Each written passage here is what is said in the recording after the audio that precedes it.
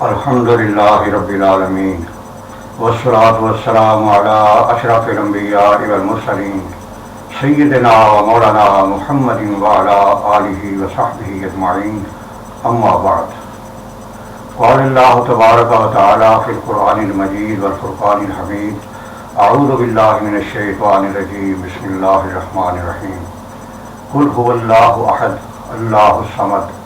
لم یلد ولم یولد ولم یکن له کفوا احد، صدق اللہ العظیم۔ محترم دوستوں، بزرگوں، بھائیوں، السلام علیکم ورحمۃ اللہ۔ ارشاد باری تعالیٰ ہے، آپ فرما دیجئے اے نبی پاک صلی اللہ علیہ وسلم کہ اللہ ایک ہے، اللہ بے نیاز ہے، نہ اس نے کسی کو جنا اور نہ وہ کسی سے جنا گیا، اور نہ ہی کوئی اس کی برابری کرنے والا ہے۔ آج کل یہ مسئلہ عام طور پر زیر بحث ہے کہ اللہ تبارک و تعالیٰ پر ایمان کیسے لایا جائے۔ بعض لوگ یہ کہتے ہیں کہ ہم بھی اللہ تعالیٰ کو مانتے ہیں، مثلاً ہندو لوگ یہ کہتے ہیں کہ تم لوگ اللہ تبارک و تعالیٰ کو رحمان کہتے ہو اور ہم رام کہتے ہیں۔ اسی طرح بعض دوسرے مذاہب سے تعلق رکھنے والے لوگ بھی اسی طرح کی بات کرتے ہیں کہ ہم بھی اللہ تبارک تعالیٰ پر ایمان رکھتے ہیں، مگر اسلامی تعلیمات کی روح سے اس طرح کا ایمان لانا معتبر نہیں ہے۔ اس کا سب سے بہترین طریقہ یہ ہے کہ اللہ تبارک تعالیٰ کو ماننے سے پہلے، اس پر ایمان لانے سے پہلے اس کی معرفت حاصل کی جائے، یعنی یہ جانا جائے کہ اللہ تبارک و تعالیٰ کی ذات کون ہے، اس کی کیا صفات ہیں، اس کی کیا قدرت ہے، طاقت ہے، اس کے کیا کام ہیں۔ تو جب تک کوئی انسان اللہ تبارک و تعالیٰ کی صحیح طور پر معرفت حاصل نہ کر لے تو اللہ تعالیٰ پر ایمان لانا اس حیثیت سے معتبر نہیں ہے۔ اور اللہ تبارک و تعالیٰ کو پہچاننے کے لیے، اس کی معرفت حاصل کرنے کے لیے شریعت میں یہ بتایا گیا ہے کہ انسان کائنات میں جا بجا پھیلی ہوئی بے شمار نشانیوں پر غور کرے تو اللہ تبارک و تعالیٰ کی معرفت حاصل کرنے کے لیے شریعت نے دو طریقے بتائے ہیں۔ پہلا طریقہ یہ ہے کہ انسان اپنی ذات پر غور و فکر کرے، اپنی ذات کے بارے میں یہ جانے کہ میں پہلے کیا تھا، پھر کہاں سے آیا، اور میری کیا حقیقت ہے۔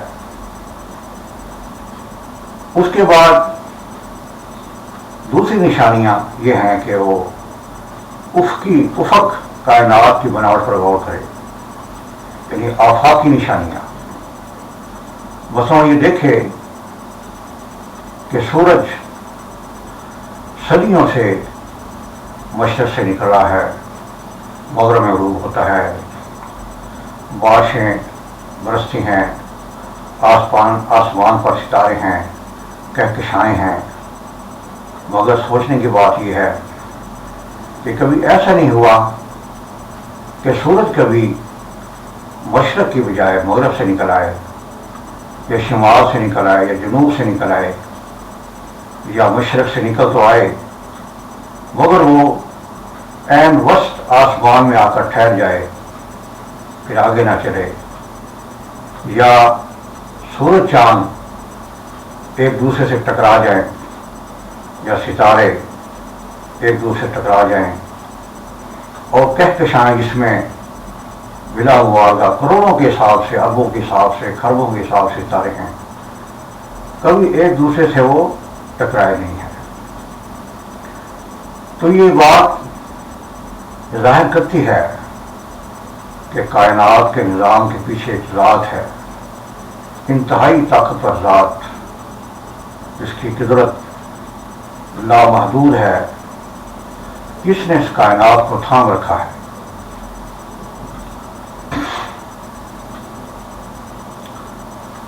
تو یہ نشانیاں اس بات کو ظاہر کرتی ہیں کہ کائنات کے پیچھے کوئی ہے ایک زبردست طاقتور با اختیار قدرت رکھنے والا، جو کائنات کے نظام کو چلا رہا ہے، وہی خدا ہے۔ اسی طرح کوئی آدمی اپنی ذات میں غور و فکر کرے کہ میں پہلے ایک ماں کے پیٹ میں ایک ناچیز نطفہ کی شکل تھا، ایک پلاٹ کی شکل تھا، اور ایک معینہ مدت کے بعد میری ماں نے مجھے جنم دیا، پھر میں دنیا میں آیا، پھر آہستہ آہستہ جوان ہوا، پھر بوڑھا ہو گیا۔ تو اس طرح کی بے شمار نشانیاں کائنات میں ہیں جو کہ اللہ تعالیٰ کو پہچاننے کے لیے انتہائی اہم ہیں، مستند ہیں۔ اور جو آدمی ان میں صدق دل سے، خلوص نیت سے غور و فکر کرے گا تو یقینی طور پر اللہ تعالیٰ کی ذات کو پالے گا۔ اب ایمان لانے کے لیے اللہ کی ذات پر کیا طریقہ ہے؟ وہ یہ ہے کہ جیسا کہ کتاب میں مذکور ہے کہ ایمان مجمل، ایمان مفصل۔ ایمان مجمل یہ ہے کہ آمنت باللہ کما ہوا باسمائہ و صفاتہ و قبلت جمیع احکامہ اقرار باللسان و تصدیق بالقلب، کہ میں اللہ تبارک تعالیٰ پر ایمان لایا جیسا کہ اس کے نام ہیں، اس کی صفات ہیں، اور میں نے اس کی تمام احکامات کو تسلیم کیا زبان کی اقرار کے ساتھ اور دل کی تصدیق کے ساتھ۔ اور ایمان مفصل آمنت باللہ و ملائکتہ و کتبہ و رسلہ والیوم الآخر والقدر خیرہ و شرہ من اللہ تعالی و بعث بعد الموت، کہ میں اللہ تبارک تعالیٰ پر ایمان لایا، اس کے فرشتوں پر ایمان لایا، اس کی کتابوں پر ایمان لایا، اس کے رسولوں پر ایمان لایا، اور آخرت پر ایمان لایا، اور تقدیر پر ایمان لایا۔ اس میں یعنی وہ زبان سے اقرار بھی کرے گا اور دل سے تصدیق کرے گا کہ میری زبان جو کچھ کہہ رہی ہے واقعی بات اس طرح ہے۔ اب یہ آدمی مسلمان ہے، اب اس پر شرعی احکامات لاگو ہیں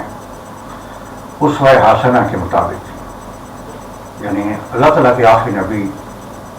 حضرت محمد رسول اللہ صلی اللہ علیہ وسلم نے جو اپنی امت کے لیے ایک بہترین نمونہ پیش کیا ہے، اسوہ حسنہ پیش کیا ہے، جس طرح نبی پاک صلی اللہ علیہ وسلم نے اپنی زندگی گزاری ہے، اور اسی طرح کرنے کا حکم دیا ہے کہ جیسے میں نے نماز پڑھی ہے اس طرح تم بھی نماز پڑھو گے تو وہ قابل قبول ہوگی، جیسا میں نے روزہ رکھا ہے، زکوٰۃ دی ہے، حج کیا ہے، جیسا میں نے کاروبار کیا ہے، جیسے میں نے اپنے حقوق ادا کیے ہیں بیوی کے، بچوں کے یا دیگر لوگوں کے، جس طرح یعنی نبی پاک صلی اللہ علیہ وسلم کا تمام زندگی کا جو ایک حالات ہیں مفصل جو آپ نے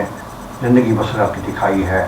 بہترین نمونہ ہے اس شخص کے لیے جو دنیا میں بھی اور آخرت میں بھی کامیاب ہونا چاہتا ہے۔ تو یہ اللہ تبارک تعالیٰ پر ایمان لانے کا طریقہ ہے۔ اس طرح اگر اللہ تبارک تعالیٰ پر ایمان لایا جائے گا،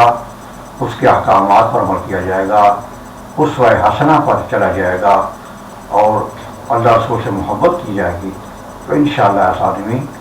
دنیا آخرت میں کامیاب ہوگا۔ اللہ تعالیٰ دعائے مجھے اور آپ کو اچھے اعمال کرنے کی توفیق عطا فرمائے، خاتمہ ایمان پر فرمائے۔ وعلینا الا البلاغ المبین۔